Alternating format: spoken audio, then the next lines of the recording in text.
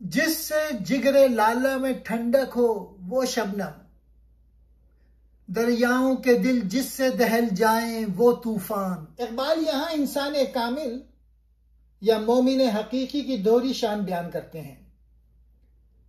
लाले का फूल सख्त धूप में जलता है, उसके दिल को राहत देने वाली चीज शबनम है।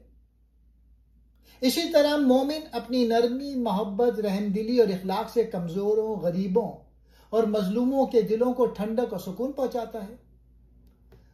दूसरी तरफ जब मोमिन जुल्म, बातिल या जबर के मुकाबले में उठता है तो उसकी कुव्वत और जुर्रत ऐसी होती है कि बड़ा सा बड़ा समंदर या दरिया भी उसके तूफान से लरज उठते।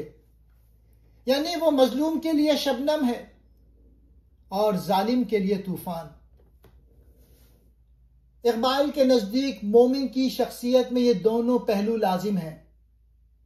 कमजोर, नातवा और मोहताज के लिए रहमत, जालिम, जाबिर और बातिल कुव्वतों के लिए हैबत और कुव्वत।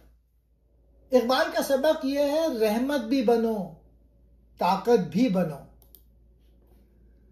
और जिगरे लाला में ठंडक, नौजवानों में ताजगी का बाइस, दहल जाएं, डर जाएं।